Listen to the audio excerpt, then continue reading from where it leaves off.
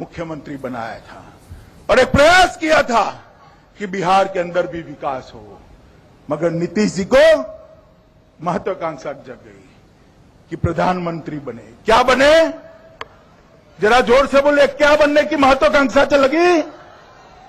और उन्होंने गठबंधन सरकार तोड़ दी और जिस लालू का विरोध कर कर नीतीश कुमार सत्ता पर आए थे, वो लालू के कंधे पर बैठकर फिर से मुख्यमंत्री बनने का पाप नीतीश कुमार जी ने किया है। नीतीश कुमार जी ने भारतीय जनता पार्टी और बिहार की जनता के जनादेश के पीठ में छुरा भोंकने का काम किया है। मित्रों, आप बताइए, नीतीश कुमार जी के लिए अगर बिहार का विकास महत्वपूर्ण होता तो वो लालू के पास जाते? कभी जाते? आप मानते हैं कि लालू के साथ नीतीश कुमार जी बिहार का विकास कर सकते हैं? मानते हैं कांग्रेस के साथ कर सकते हैं? मित्रों, लालू के साथ जंगल राज आएगा और कांग्रेस के साथ भ्रष्टाचार आएगा। जंगल राज और भ्रष्टाचार के साथ कभी बिहार का विकास नहीं हो सकता।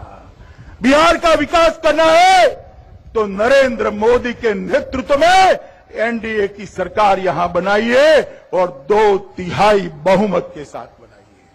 मित्रों, सीमांचल का इलाका, एक तो बिहार पूरे देश में पिछड़ा हुआ राज्य बना है और सीमांचल बिहार में पिछड़ा हुआ इलाका बना है। इसीलिए मैं आज सीमांचल आया हूं। भारतीय जनता पार्टी मानती है कि अगर भारतीय जनता पार्टी की सरकार बनी तो सबसे ज्यादा ध्यान ये सीमांचल के एरिया पर भारतीय जनता पार्टी देने वाली है।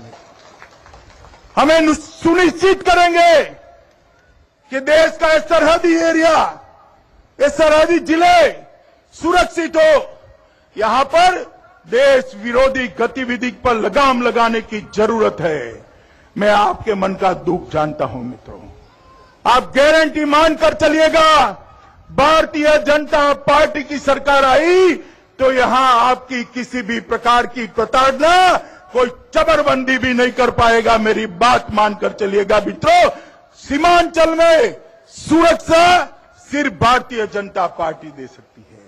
सीमांचल में विकास सिर्फ भारतीय जनता पार्टी दे सकती है। मित्रों, लालू प्रसाद जी रोज रोज इस चुनाव को जाति का स्वरूप देना चाहते हैं। भारतीय जनता पार्टी चाहती है कि चुनाव शुद्ध रूप से विकास के मुद्दे पर हो और विकास भारतीय जनता पार्टी ही कर सकती है। मित्रों, नीतीश जी का और लालू जी का पूरा भाषण देखेंगे तो उसमें मोदी के अलावे कुछ नहीं दिखाई पड़ेगा। मुझे मालूम नहीं पड़ता कि वो अपनी पार्टी का प्रचार कर रहे हैं या भारतीय जनता पार्टी का प्रचार कर रहे हैं। हम लोगों से ज्यादा मोदी जी का नाम वो बोलते हैं, मगर उनको मालूम नहीं है कि मोदी जी ने इस देश के अंदर 15 महीने के अंदर एक विकास की एक मजबूत नींव डाली है। गरीबी उन्मूलन की एक मजबूत नींव डाली है। मोदी जी ने सीमाओं की सुरक्षाओं को सुनिश्चित किया है। अभी अभी राहुल बाबा उत्तराखंड गए थे। जानते हो ना राहुल बाबा को? जरा जोर से बोलो।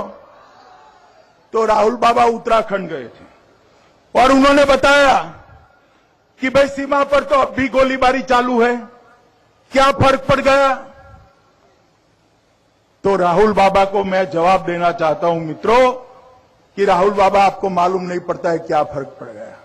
आपकी सरकार थी, सोनिया मनमोहन की सरकार थी, तब सीमा पर गोलीबारी होती थी तो उसकी शुरुआत पाकिस्तान की फौज करती थी और उसका अंत भी पाकिस्तान की फौज करती थी।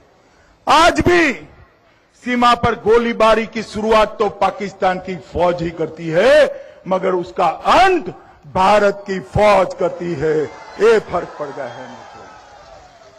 वहां से गोली आती है, यहां से गोला जाता है, तब जाकर गोलीबारी बंद होती है। राहुल गांधी, आपको मालूम नहीं पड़ेगा आपकी परंपरा आपके ननिहाल से जुड़ी हुई है, हिंदुस्तान से आप नहीं समझ पाओगे। बहुत बड़ा फर्क पड़ा है। पहले मित्रों, सोनिया मनमोहन की सरकार में आप मुझे बताइए, मनमोहन जी जाते थे या नहीं जाते थे विदेश? जाते थे, आप लोगों को मालूम पड़ता था। अब मोदी जी जाते हैं, कहीं भी जाए, ऑस्ट्रेलिया, जापान, जर्मनी, रसिया, चीन, अभी अमेरिका गए थे, आपको मालूम पड़ा या नहीं पड़ा? कितने लोगों को मालूम है मोदी जी अभी अमेरिका गए थे? हाथ खड़े करिए भाई। उस और कितने लोगों को मालूम है? मालूम है ना सबको?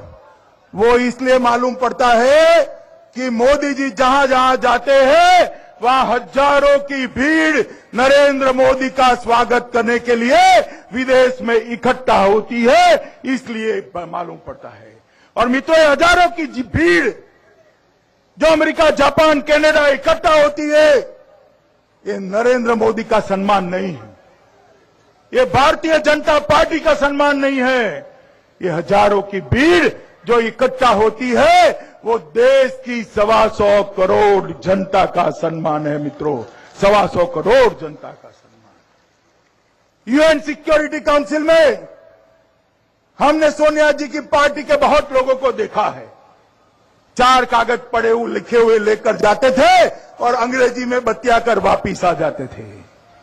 अभी नरेंद्र भाई गए, पूरी दुनिया को नरेंद्र भाई ने अपनी राष्ट्रभाषा हिंदी में संबोधित कर हिंदी का सम्मान दुनिया के अंदर बढ़ाया है मित्रों। ये भारतीय जनता पार्टी की सरकार है। गरीब के लिए सोचना, पिछड़ों के लिए सोचना, बेरोजगारों के लिए सोचना, युवा और महिलाओं के लिए सोचना, ये भारतीय जनता पार्टी की सरकार है। अगर देश में बिहार को नंबर 1 राज्य बनाना है तो इसकी पूर्व शर्त है बिहार के अंदर पूर्ण बहुमत की भारतीय जनता पार्टी की सरकार बनाना पड़ेगा। आप लोग तैयार हैं? 5 तारीख को कमल के निशान को, झोपड़ी के निशान को, पंखे के निशान को और टेलीफोन के निशान को याद रखेंगे? मतदान करेंगे, बिहार में परिवर्तन लाएंगे, जंगल राज से मुक्ति दिलाएंगे, यहां देशभक्तों की सरकार बनाएंगे। तो दोनों हाथ खड़ा कर मेरे साथ बोलिए, भारत माता की।